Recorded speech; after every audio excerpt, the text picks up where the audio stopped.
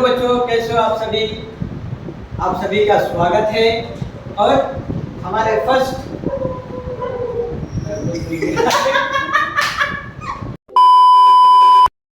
Hello बच्चों, कैसे हो आप सब।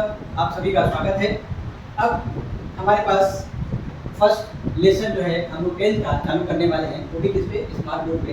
और फर्स्ट लेसन जो है क्या नाम है उसका, ग्रेविटेशन है, वो भी 10th स्टैंडर्ड का। तो आप सभी क्या किए, बहुत मस्ती किए, मजाक किए सभी के साथ। तो अभी हम लोग थोड़ा सा पढ़ाई करेंगे, ज़्यादा नहीं, थोड़ा सा पढ़ाई करेंगे। ठीक, सिर्फ हम लोग 5 से 10 मिनट का पढ़ाई करेंगे। देखते हैं, आइए सबसे पहले हम काम करते हैं। क्या है यहाँ पे, ग्रेविटेशन। क्या नाम है पहले चैप्टर का, फर्स्ट चैप्टर का नाम है ग्रेविटेशन। ग्रेविटेशन का मतलब होता है गुरुत्वाकर्षण या ग्रेविटी। वो ग्रेविटी उस चीज को बोलते हैं जो किसी भी चीज को अपनी तरफ अट्रैक्शन करता है। क्या करता है, सिंपल सी भाषा में हम लोग बोलते हैं कि किसी भी चीज को अपनी तरफ जो अट्रैक्शन करता है उसको हम लोग ग्रेविटेशन बोलते हैं। क्या बोलते हैं उसको हम लोग, ग्रेविटेशन बोला जाता है।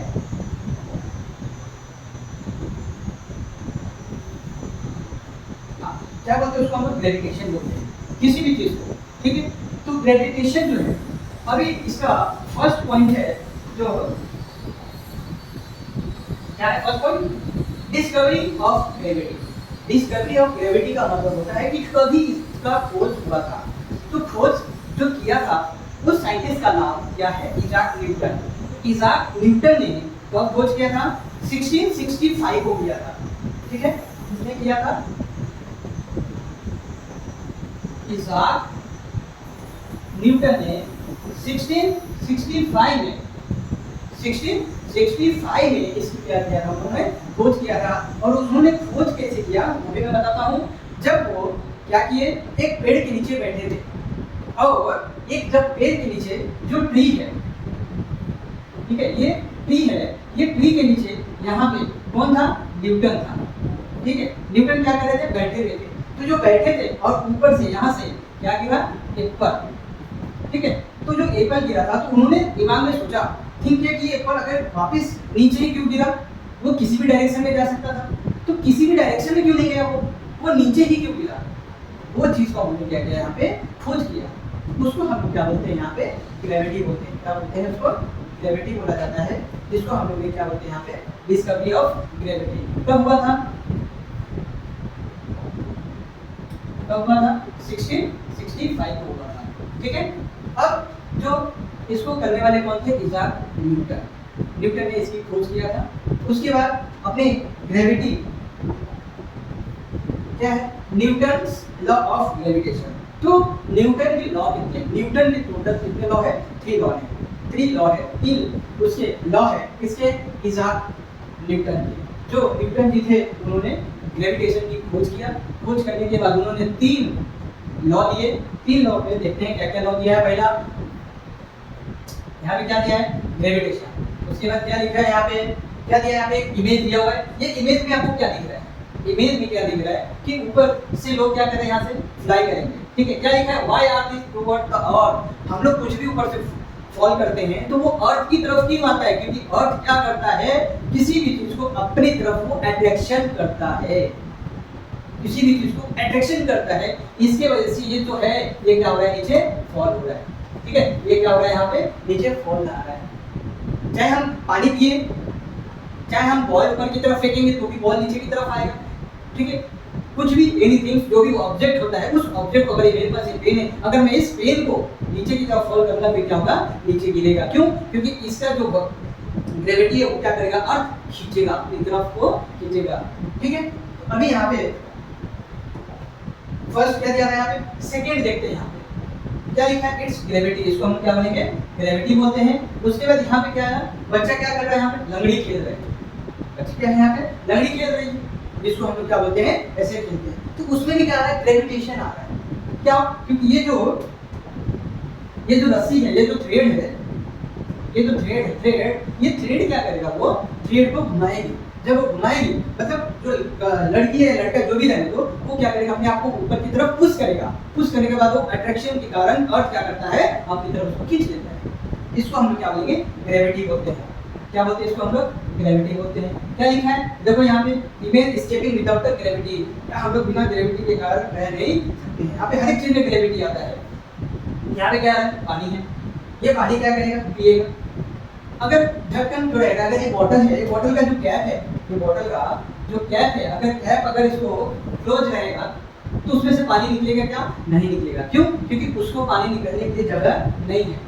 लेकिन अगर जैसे कैप अगर रिमूव कर दिया जाए तो पानी क्या आ जाएगा, तुरंत नीचे की तरफ फ्लो करने लगेगा, नीचे की तरफ आने लगेगा। किसके कारण, वो ग्रेविटी के कारण होगा। किसके कारण होगा, ग्रेविटी के कारण। देखो यहाँ पे लिखा है ग्रेविटी के कारण, किसके कारण होगा, ग्रेविटी के कारण। देखो अभी क्या है यहाँ पे, हाउ वाज ग्रेविटी डिस्कवर्ड, कैसे उसकी खोज हुई थी, किसने खोज किया था, ये सब चीजें यहाँ पे हम देखेंगे। मैंने सबसे पहले बताया था कि जो इज़ाक न्यूटन है वो कहाँ पे बैठे थे, पेड़ के नीचे।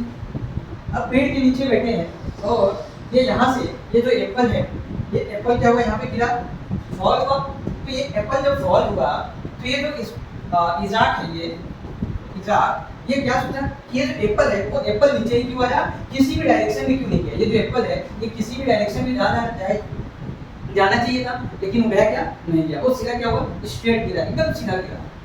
ठीक, तो अभी उसी पे क्या करने लगा, यहाँ पे सोचने लगा, थिंकिंग करने लगा कि आखिर में गिरा ही क्यों नीचे। क्या लिखा है, Newton was relaxing under the Apple tree. ये देखो गिरा, सर पे गिरा और उसके पास यहाँ पे आया। क्या लिखा है, an apple fell on Newton. उसके बाद क्या है, न्यूटन स्टार्टेड टू एनालाइज। मैं जो यहाँ पे बता रहा हूँ वो सब चीजें यहाँ पे मैं पहले बता दिया आपको। फॉल हो गया, गिरा। क्या लिखा है, ग्रेविटी वाज डिस्कवर्ड, किसने किया था, इज़ाक ने किया था। कब किया था, 1665 में। अब यहाँ पे एक चीज और आता है, क्या आता है, फोर्स आता है। क्या आता है यहाँ पे, फोर्स। तो ये फोर्स क्या होता है, अर्थ और क्या लिखा है यहाँ पे, force is not just between the earth and Apple. कोई भी ऑब्जेक्ट होता है, ऑब्जेक्ट और अर्थ के बीच में क्या लगता है, फोर्स लगता है। उस फोर्स को, तो जो फोर्स आता है ऊपर से नीचे की तरफ, उसको हम क्या बोलते हैं, ग्रेविटेशनल बोलते हैं, ग्रेविटेशन बोला जाता है।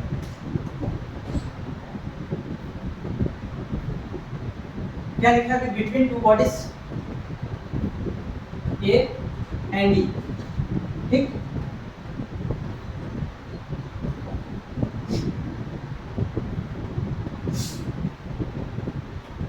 मैं यहाँ पे क्या लिखा हूँ, मैग्नेट। ये भी मैग्नेट।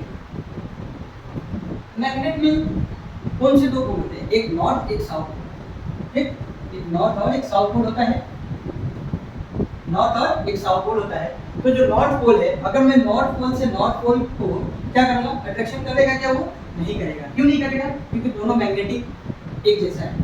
तो वो दोनों क्या करेगा, अपने आप को पास में नहीं आने देगा, उसको क्या करेगा, दूर भेजेगा, अपने पास से दूर उसको पुश करेगा। ठीक है, तो अभी अगर मैं नॉर्थ को साउथ से करूंगा तो क्या करेगा, वो अपनी तरफ अट्रैक्शन करेगा, वो अपनी तरफ क्या करेगा, अट्रैक्ट करेगा। अगर मेरे पास दो क्या है, मैग्नेट है, अगर मैं नॉर्थ टू नॉर्थ अगर उसको अट्रैक्ट कराऊंगा तो अट्रैक्ट नहीं होगा, वो क्या करेगा, दूर जाएगा। लेकिन वही सेम थिंग अगर नॉर्थ को साउथ से मैं अगर क्या करूंगा, अट्रैक्ट कराऊंगा, अट्रैक्शन कराऊंगा, तो क्या हो जाएगा, अट्रैक्ट हो जाएगा। उसको हम लोग क्या बोलते हैं, देखो फोर्स बोलते हैं। क्या बोलते हैं उसको हम लोग, फोर्स बोलते हैं। यहाँ पे लिखा है भी, so if there are two bodies A and B, there is force of attraction between them. जब दोनों अपोजिट होंगे तभी वो क्या होगा, यहाँ पे अट्रैक्शन होगा। अगर दोनों इक्वल होंगे तो अट्रैक्शन नहीं होगा। दोनों क्या होगा, जब डिफरेंट रहेंगे तभी अट्रैक्शन होगा, और जब दोनों इक्वल रहेंगे तो अट्रैक्शन नहीं होगा। उसको हम लोग क्या बोलेंगे, यहाँ पे फोर्स बोलते हैं।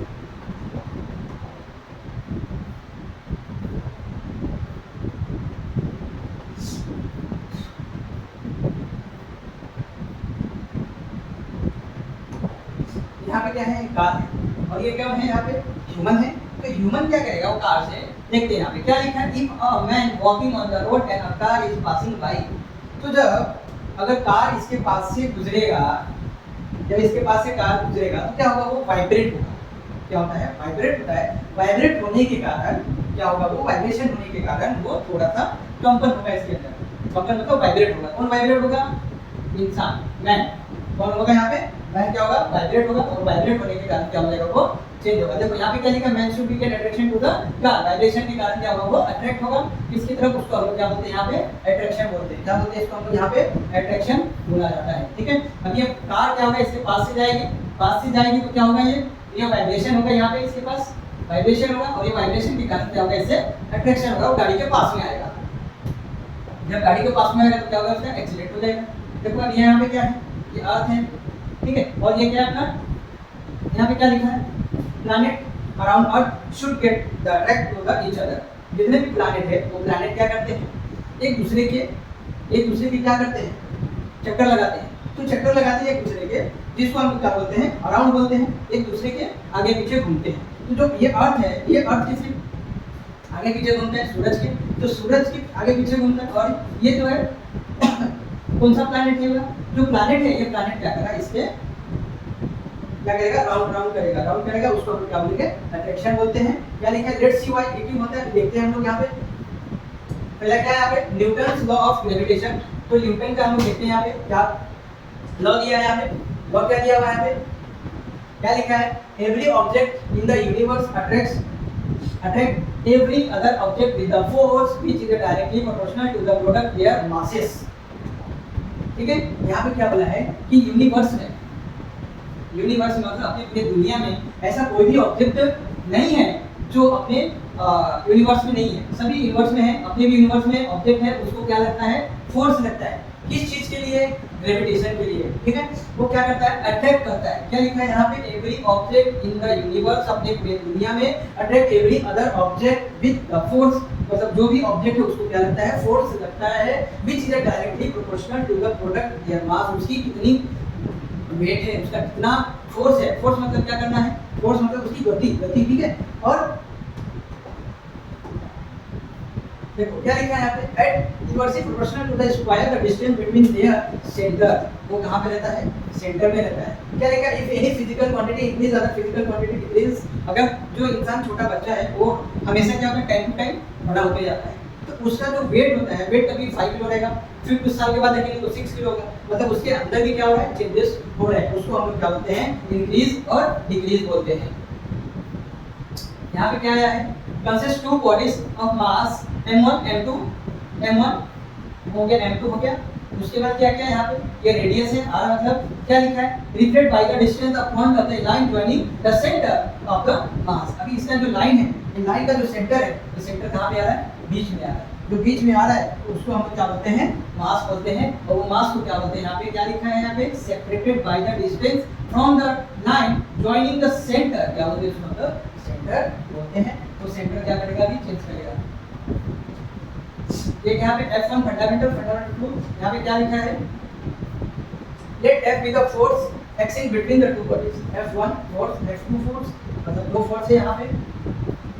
पहला क्या लिखा है यहाँ पे, फोर्स, ठीक है, अल्फा m1 और m2, m मतलब क्या हो गया अपना मास 1 मास 2 हो जाएगा।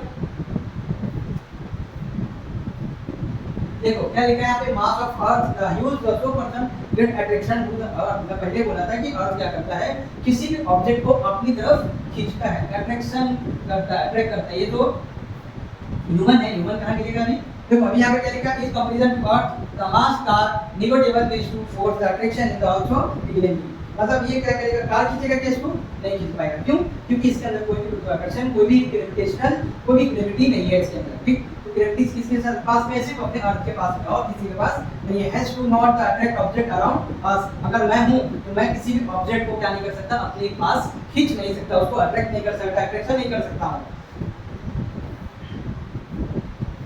उसको हम लोग क्या बोलते हैं, F2। अभी यहाँ पे क्या है, A और B दोनों के बीच में क्या होना चाहिए, यहाँ पे इफ डिस्टेंस इज लेस और फोर्स इज मोर। जब डिस्टेंस, दूरी कम होगी तो फोर्स क्या होगा, ज्यादा लगेगा।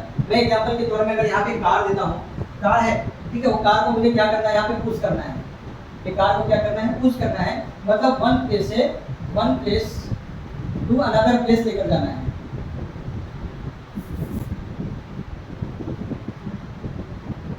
अनदर प्लेस, ठीक है, ये कार को क्या करना है, एक जगह से दूसरी जगह लेके जाऊंगा, तो उसको मुझे क्या करना पड़ेगा, धक्का लगाना पड़ेगा, और धक्का लगाने के कारण जो मेरी एनर्जी रहेगी वो एनर्जी क्या हो जाएगी, वेस्ट हो जाएगी। लेकिन यहाँ पे उसका डिस्टेंस क्या है, कम है, तो इसके लिए हमको ज्यादा क्या लगाना पड़ेगा, फोर्स लगाना पड़ेगा। ये कर देना पड़ेगा।